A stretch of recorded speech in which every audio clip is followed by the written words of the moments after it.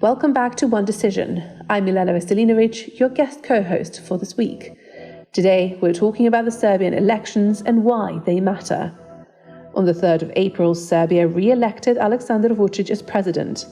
He has come a long way since the 90s when he was a Minister of Information in the government of Slobodan Milošević, who was later tried for war crimes. In the last 10 years, Vucić has rebranded as a pro-European politician, trying to steer his country towards EU membership. And at the same time, he has fostered a close relationship with Russia, Serbia's traditional Slavic ally, whom the country depends on for its energy needs. But straddling both East and West may no longer be possible since Russia's invasion of Ukraine. Serbia hasn't imposed any sanctions on Russia, but there's growing pressure on the country to pick a side. And not just with Russia. When Serbia recently took delivery of a Chinese anti-aircraft system, alarm bells rang in Western capitals, prompting fears that an arms build-up in the Balkans can't be a good thing. I've been talking to former US Ambassador to Serbia Cameron Munter about which way Serbia's leaders might go and how that decision could have profound consequences on the stability of the whole of Southeast Europe. Well, Cameron, it's a pleasure to talk to you today. Thank you very much for your time. You were the US Ambassador to Serbia between 2007 and 2009. That was a turbulent time for the country, during which the former province of Kosovo declared independence.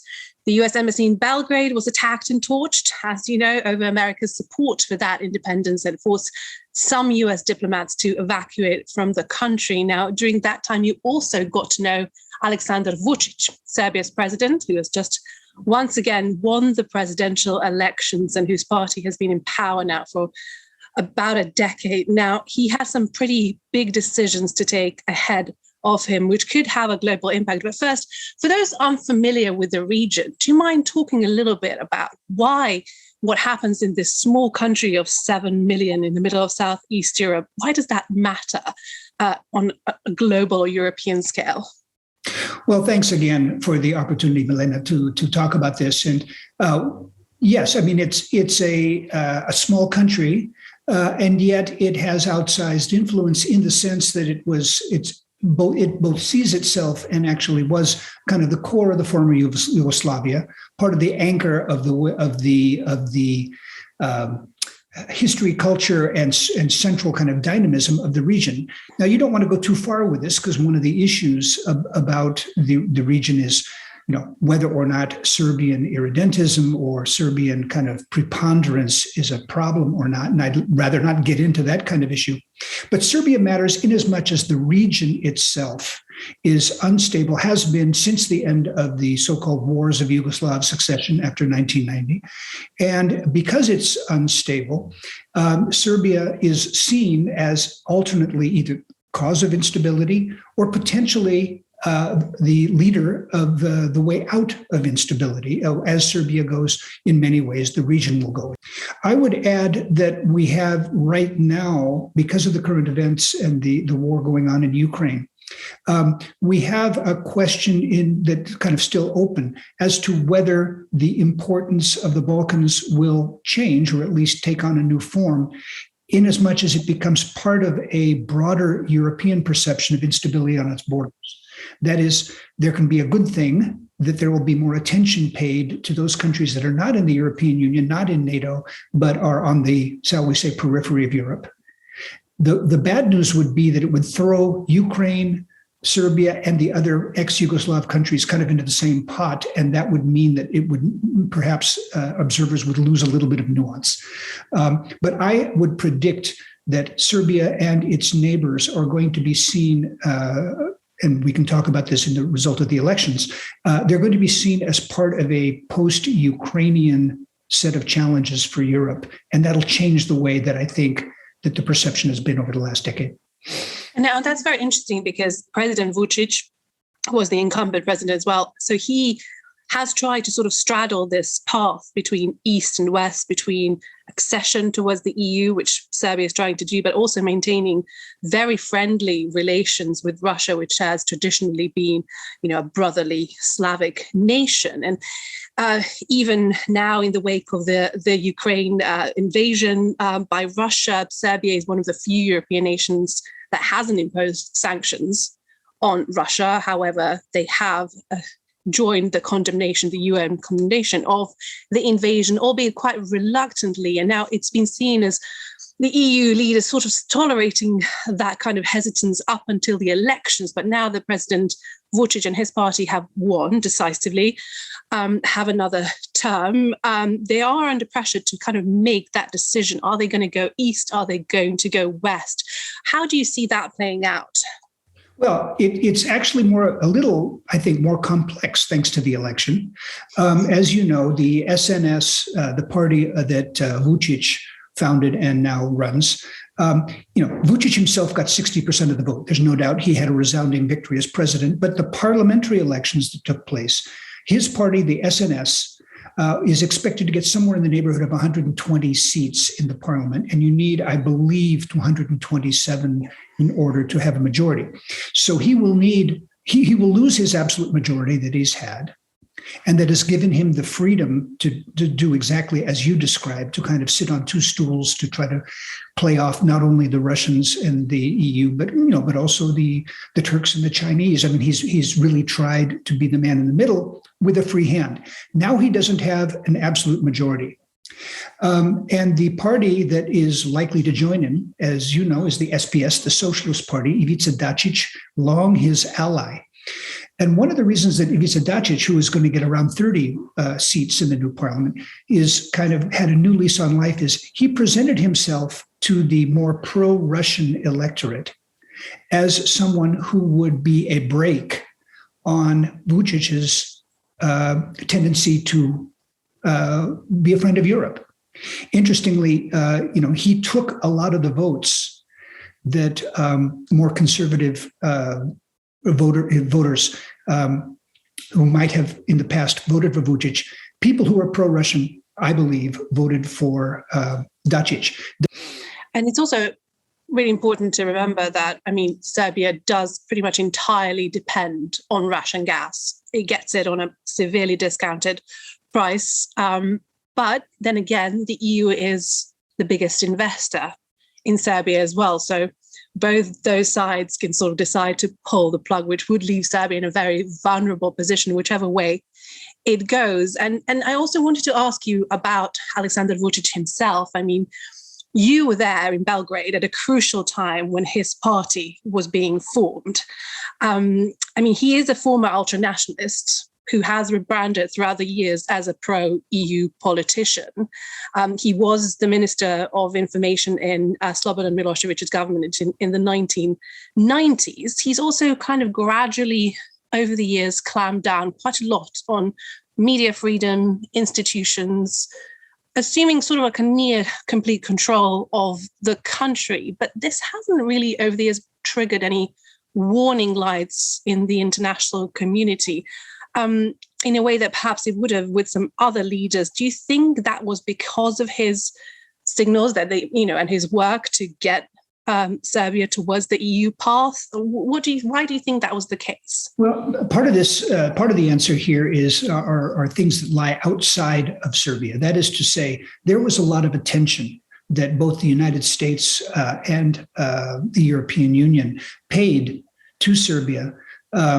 And the democratization process, let's call it, especially in the years after the assassination of Zoran Đinđić and the efforts to try in the first decade of this century to try to kind of bring the institutions of the country into the West.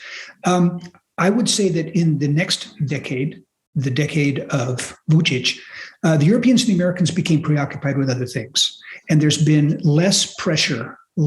Even though there's been ongoing European investment and ongoing American interest in NATO enlargement in the region, Montenegro, Albania, Northern Macedonia, et cetera, there has not been the focus by the West on the country that there's been before. And so to your question, how did he kind of, quote, get away with this? How did he clamp down on the press? How did he clamp down and take over kind of the institutions of the country? He did it because others weren't paying enough attention.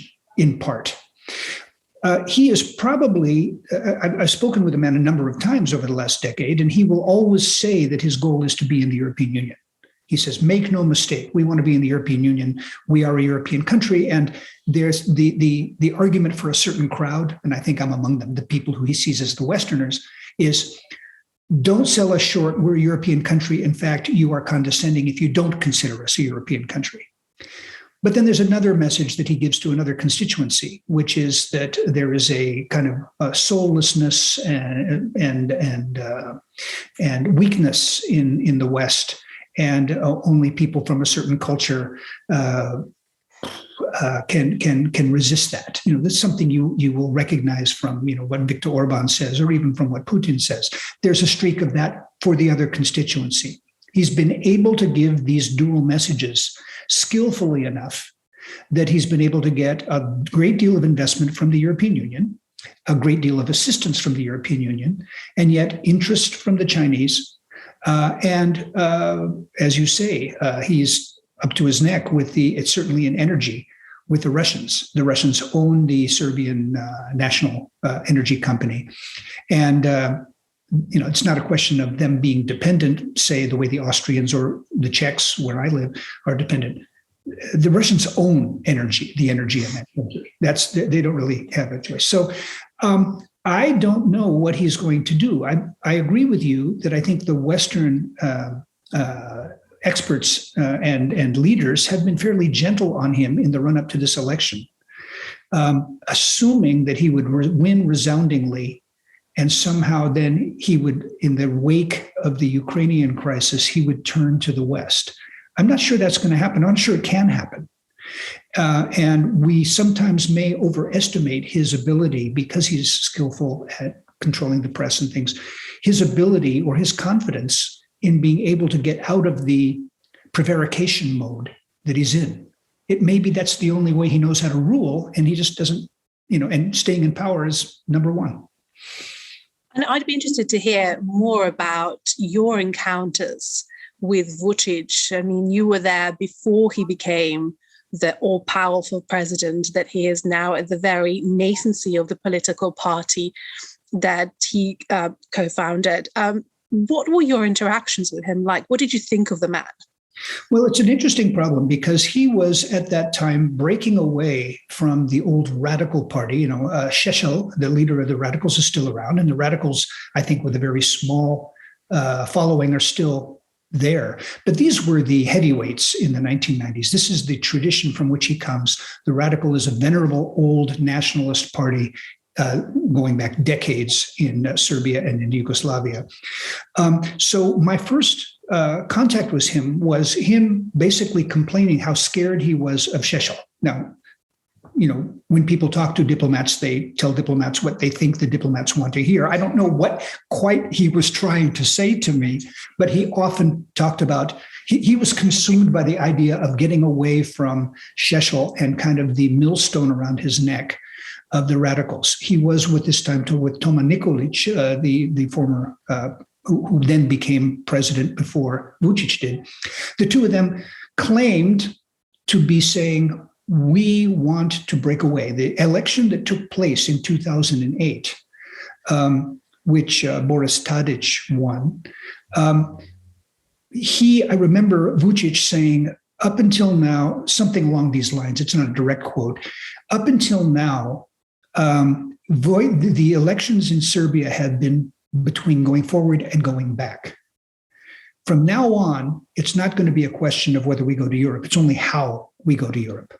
And he would argue, I think he used the term, Boris Tadić wants to go to Europe on his knees. I want to go to Europe, standing tall. But we both want to go to Europe, is the point he made.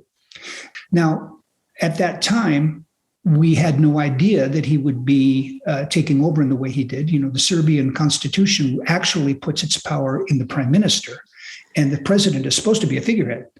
And he very cleverly arranged things that he, through his party, controls all the patronage.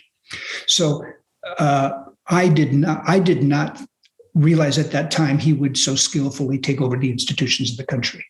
And by the time I left in 2009, I thought he may be the kind of Nixon in China character, the man from the right who can actually convince the country not only to join Europe, but even to deal with an independent Kosovo. If it's going to happen, it hasn't happened yet. Let's put it that way. And as you mentioned, that there is a big elephant in the room when it comes to Vucic and the EU accession, and that is Kosovo. I mean, he, in domestic kind of addresses, is very adamant that no Serbian government could ever recognize Kosovo. The Serbian state television still refers to Kosovo as its southern province. So obviously, Serbia cannot become part of the EU until the issue of Kosovo is resolved. But it's hard to see the government of Aleksandar Vucic really selling that to the people. It seems like a very complicated conundrum. I mean, how do you think he can go about that? Well, he gives a very different story when he's talking to Europeans. When he's sitting with Miroslav Lajčák, the European Union's representative for the region, or with Gabriel Escobar, the American envoy for the region, he doesn't talk the way that you described accurately, the way he talks to his constituents. You know, he says he is much more flexible. He is much more a kind of realistic. He says, oh, come on, we realize that the situation is this way. But he believes he cannot do it. And he has actually said on occasion, if I did that, they would kill me. He has a very frequent reference to kind of a martyrdom that he feels that you want me to do something that will mean my death. You know, very dramatic kind of thing. So very Serbian, by the way, very Serbian, typical Serbian kind of narrative mentality. And to digress just a little bit on that, you know, there are really three very interesting countries that have something in common here. And, if you take Russia, if you take Hungary, and you take Serbia, you have countries that all feel a deep, deep sense of grievance that territories that they believe are theirs were taken from them. And with some justification, you can make a good argument that those old ancient Serbian communities that were in Croatia and the Krajina were driven out, or et cetera, et cetera. A sense of lost greatness, and it's just not fair. And same thing with the Treaty of Trianon and Viktor Orban and Hungarians and all this. And of course, this is exactly what the the Russian attack on Ukraine is all about, is that someone has taken the Kievan Rus from us. There is this kind of feeling of grievance that becomes personal. And that's what's very interesting, as you point out. It's very Serbian, but he, in a way, is this apotheosis, this kind of, super Serbian expression of, what we really want is the respect for who we really actually think we are. The roots of Serbia, the cultural roots of Serbia are the monasteries in what you call Kosovo, what we call our southern province. The roots of Serbian greatness are bigger than what this small Serbian state is, and we deserve recognition for that. And you're not fair to us. You're not fair. You bombed us. You doubtless, have been down the main street in Serbia, which for years they refused to rebuild after the NATO bombing in 1999, in an enormous, act of self-pity. Look how we suffer. Of course, we're not going to rebuild these buildings. You are good. And it's as if they're saying, we're going to make you, NATO, suffer. NATO didn't suffer. It's the people of Serbia who suffered, from not rebuilding these things. So these kinds of things I'm talking about very much percolate, I think, in the person of Vucic. And so he does believe that this will be something that can't be solved without an enormous gesture. He says, I need something. In order for me to solve Kosovo, you have to give me something. And what most people who are in favor, as I am, of seeing both countries get into the European Union is, get real, two different countries, both of you will benefit by going in. You don't need to get something. What you will get is European Union membership and all the benefits that come from that. That's not entirely the way he sees it. So back to your question, how do you solve this question? Under certain circumstances, you can have deals for people who are that way. It happens that the current leader of Kosovo, Mr. Kurti, is not the kind of guy he can make a deal with. Kurti, as he said famously, talking with Serbia is, I think, 7th on my list. I'm against corruption. I'm against this and that. I want jobs. And, if this guy up in Belgrade wants to be this way, well, that's his problem, So at present, I am not optimistic that a Serbian-Kosovar deal or arrangement or something can be made. But I'm wondering, what do you think might happen now with the war in Ukraine not going as planned for Russia? Is there a danger that their focus might now be shifting to Serbia? I mean, obviously, Russia does clearly see the Balkans as its sphere of influence. There's not a geographical threat. There's at least 2 countries between them. There's more 1,000 miles. But as we know, the Russian state has other means of influence. We've seen a failed coup in neighboring Montenegro in 2016. Authorities there have blamed it on GRU agents. Russia has denied it. But infiltration, influence through political means kind of potentially maybe even pushing Serbia to some sort of a conflict with Kosovo in order to destabilize it, in order to kind of sever any ties or any potential progress towards European Union. How real a threat do you think that is? Well, I think, that most of the Russian experts I know, and, things are changing rapidly in Russia, so I give that to you with a huge boulder of salt. Most of them have always said that the Balkans is a place where Russia can play, but it is not a priority for Russia as much as Serbia would like to think it is. It's not a priority because it's, again, far away. And the ability of Russia to use economic tools is very limited. It's limited to energy. And the ability, I think we sometimes overestimate the ability of Russian dirty tricks or intelligence to get things done. Witness the botched coups, the activities in Macedonia, Northern Macedonia, and in Montenegro.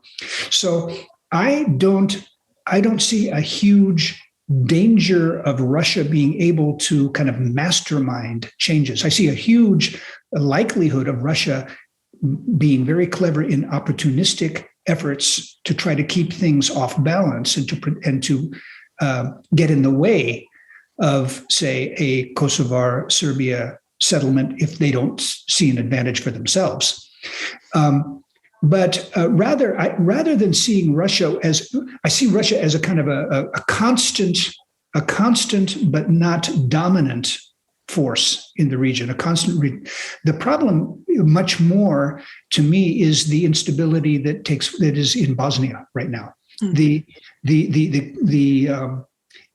The relationship of Kosovo with Serbia, it's not right to say it's stable, but it is not anywhere near as tense as what you have between the Republika Srpska and the other parts of the federation in Bosnia.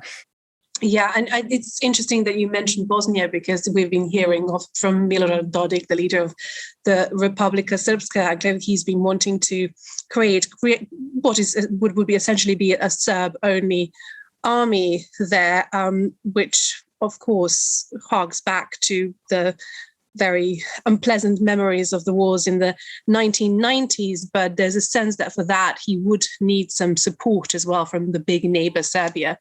And I don't think Vucic is champing at the bit to do that.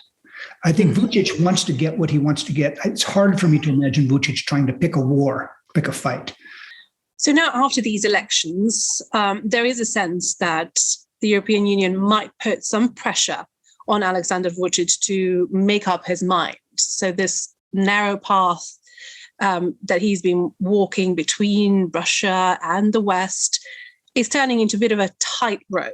Do you foresee the EU and the US sort of perhaps maybe even lowering the standards when it comes to the rule of law or media freedom or other things to welcome Serbia into the EU fold, just to prevent it going the other way in the context of everything that's happening in Ukraine? I don't. I mean, I think there was, in the previous German government, there were those in that government who wanted to bring Serbia in and were willing to kind of say, Serbia is never going to be a great democracy, but, we let in Romania and Bulgaria, and they're not free of problems as well. So there was that feeling of, we bring them closer. And Vucic is the guy who can do this. Vucic, if you have some liberal Democrat come into power, we see what happens to liberal Democrats. They get shot like Djindjic. This guy can maybe bring them in. There are two problems with that. One problem is that the Ukraine war really has changed the way that Europe sees itself and the way that Europe works with America on this.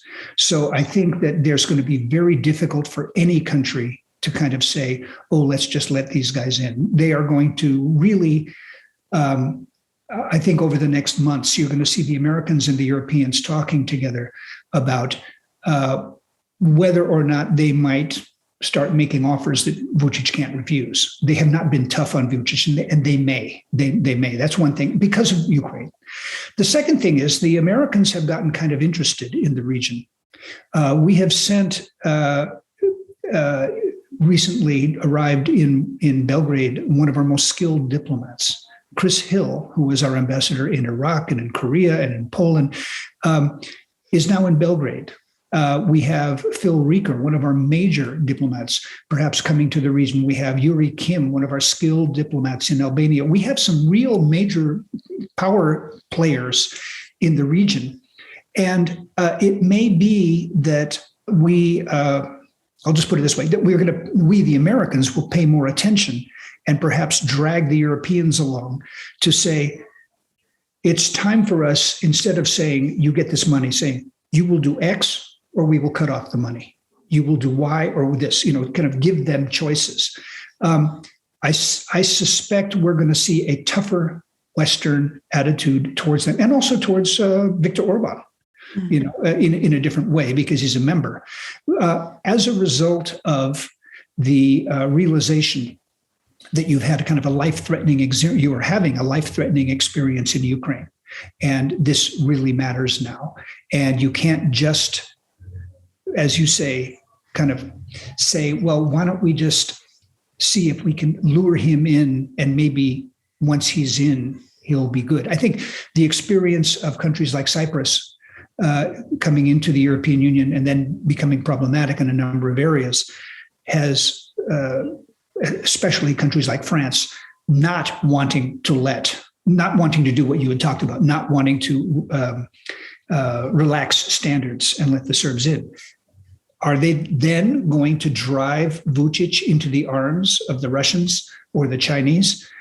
I think that the Europeans and the Americans realize that the Russians and the Chinese are no match for the EU, especially economically. And I think that they may be coming to the point now where they're going to play hardball. That's my own personal feeling.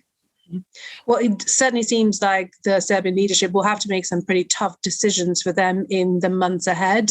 Interestingly, Serbia is one of the few countries that's continued flying planes to Moscow. So it's been a loophole for Russians. They hop on Air Serbia, they come to Belgrade, and then they can go wherever they want. And that's continued, even though it's been severely criticized, obviously, by Western capitals. So the number of flights has been reduced, but it does continue. Can you just tell me, what is the danger of just leaving things as they are, as a status quo, kind of like leaving the Balkans, Serbia and Bosnia, in a way, neglected the way they were in the last 10 years or so? Well, yeah, I mean, stasis is not stability. And if you look at the various kinds of problems that the West, let's say, is facing, whether it's energy, whether it's migration, whether it's actual conflict breaking out, whether it's the questions of democratization and the rising tide of kind of autocracy, almost all the things that the West needs to do or wants to do to shore up its position are issues where Balkan countries can play a role. I mean, you don't have a migration from Asia without going through the Balkans. You don't have real long-term solutions to energy issues without figuring out what you do with the Balkans. And so it's one thing to say that if you basically leave the Balkans alone and you give them benign neglect, well, we have other problems and they'll just kind of stew in their own juices and we won't pay attention. And that may have been, I don't know, I've been out of the diplomatic business for a decade now, but that may have been the way that leaders thought over the last 10 years. We just have other things to worry about.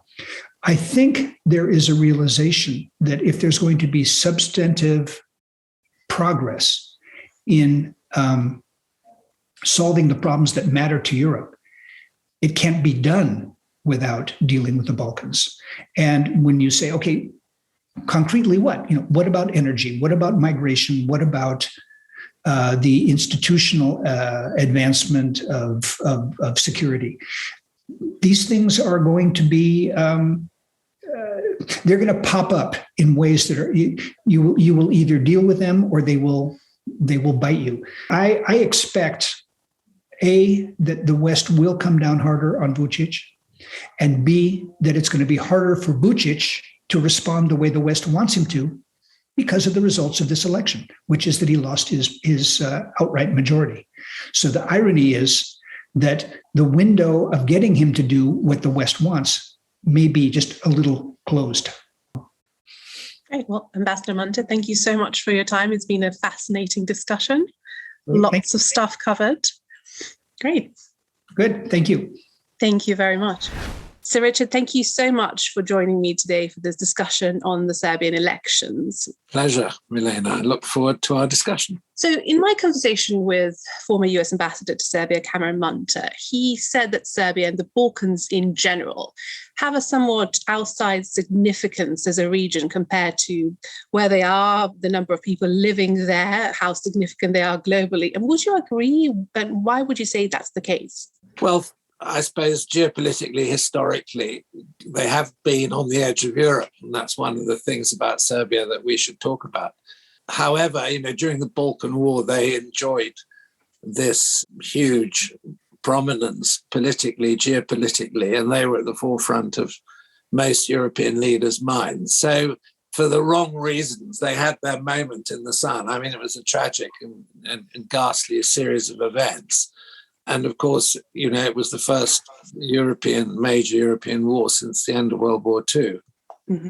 But I think it's fair to say that, say, in the last 10 years or so, a lot of what has been going on in the Balkans, in Serbia, has somewhat been ignored by the West. Do you think that now that has potentially changed with Russia's invasion of Ukraine, just because Russia does see the Balkans as its sphere of influence, and Serbia is dependent on Russia for its energy? There's been also talk of Russian interference previously in the past few years in North Macedonia. There was a failed coup in Montenegro, which the government there blamed on Russia, which Russia does deny. But do you think that perhaps that kind of maybe negligence of the last 10 years by the West has left some room for more Russian influence and interference in the region? Yeah, well, you had a messy political settlement at the end of the Balkan War. You had, attention being pushed elsewhere.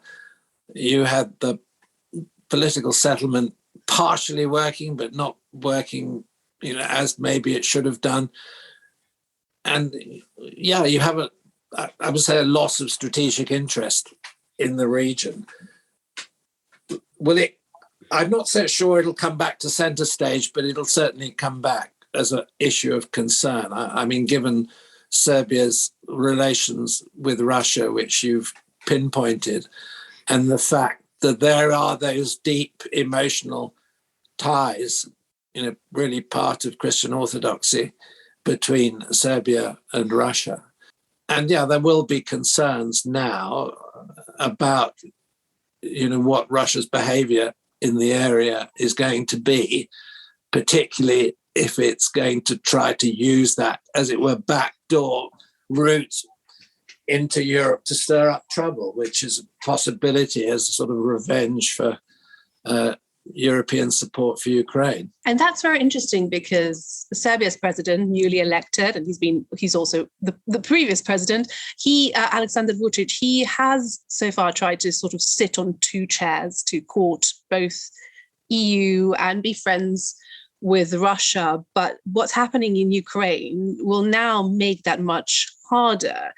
And in my conversation with Ambassador Munter, he said that we may see more pressure from the West to on Serbia to commit to their European path. What do you think about that?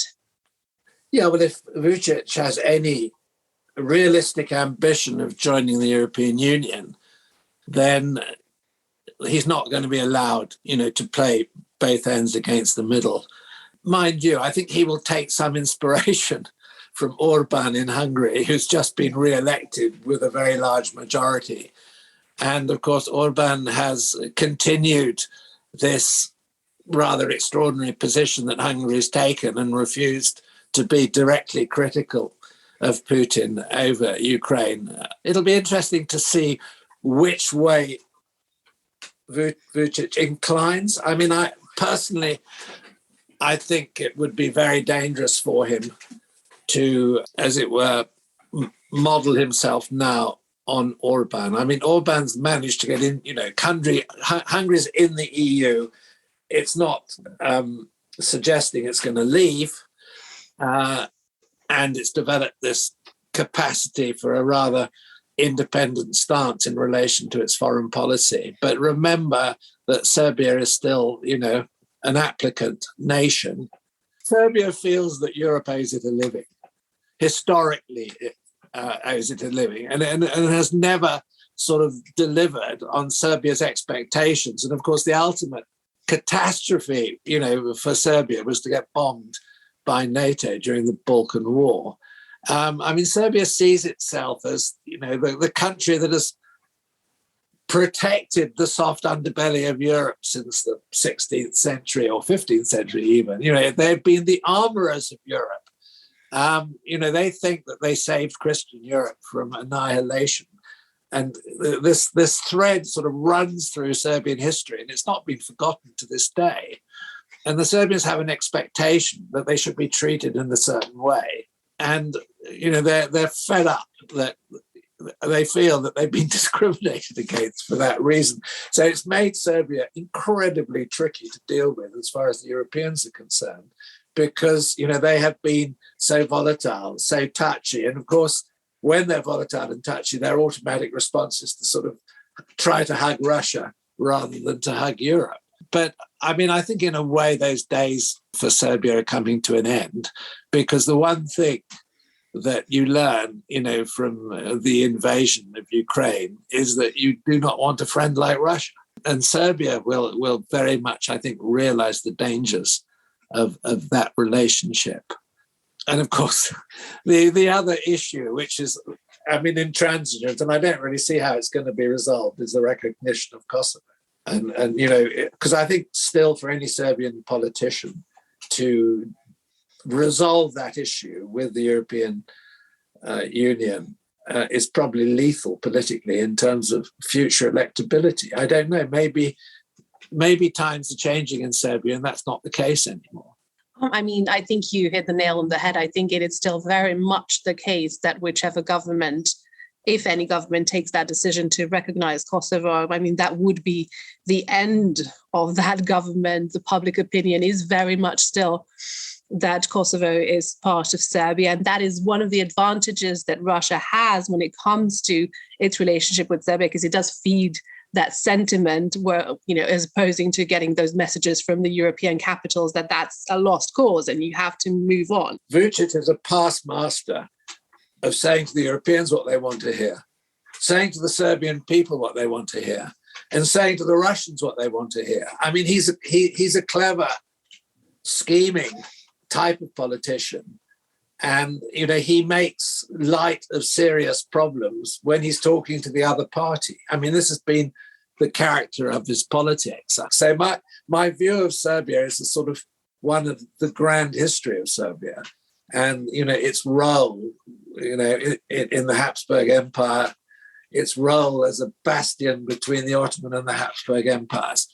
And the fact that, historically, it's played a hugely significant role in European history. So, I do have some sympathy with the Serbian people because, they've got themselves now into a position in the 21st century where, that history is not generally recognized unless you really know something about the region and the area and what happened in the past.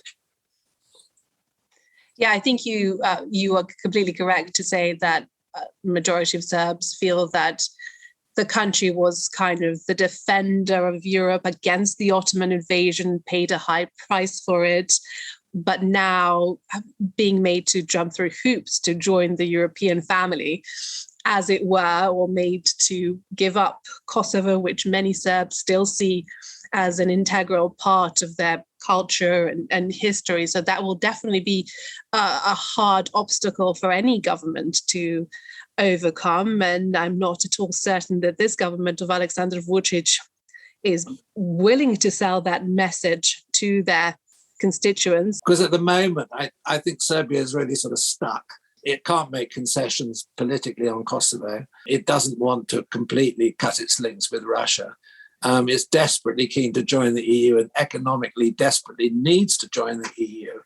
And it's difficult to see what the path forward is. And of course, Vucic has got a massive majority and he's not threatened politically. So what's going to change? I mean, that really would be my comment and my question. Current President Aleksandar Vucić, he's had a huge rebrand from being in the government of Slobodan Milosevic in the 90s to now, pushing the country towards EU accession. But throughout his time in power, he has really consolidated authority, and he's clamped down on media freedoms. He's clamped down on, judiciary, and that doesn't seem to have kind of bothered the West very much. They still see him as a partner. Do you see a leader like him really, say the issue of Kosovo is resolved by some miracle, but do you see him as a potential EU leader, the way that he rules the country? Well, I suppose you could ask the same question of Orban. And I mean, I'm sorry to keep harking back. I mean, the fact is, if you're elected by that sized majority in an election which is reasonably fair, it's difficult then to contest that position politically. I mean, there's no question that there are authoritarian aspects to his behavior vis-a-vis the press, vis-a-vis political criticism, vis-a-vis putting political opponents at a disadvantage by using the machinery of the state in one way or another. And, that's exactly what Orban has done as well. And, he doesn't allow his political opponents a thorough and full democratic platform. And will only brook criticism up to a certain level. I think the problem that you mentioned, the trouble is the European scrutiny Europe's been so preoccupied with other problems.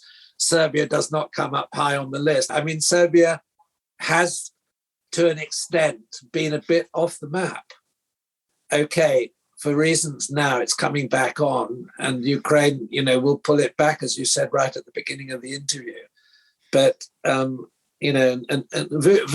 Vucic doesn't have a great political reputation, but he's a survivor. And not only a survivor, he is successful politically in his own country, and that you cannot ignore. Sir Richard, thank you so much for your time today and for this fascinating discussion. Okay, Milena, it's a pleasure talking to you. Thank you. Thanks for joining us for this week's episode of One Decision. I'm Milena Veselinovic, and it was a pleasure to co-host this podcast. The team wants to hear from you. Get in touch and tell us what decisions have shaped your world. Where should the podcast head next? You can find One Decision on Twitter at One Decision Pod and on Facebook at One Decision Podcast. Don't forget to subscribe so you never miss an episode. From me and the team, thank you for listening.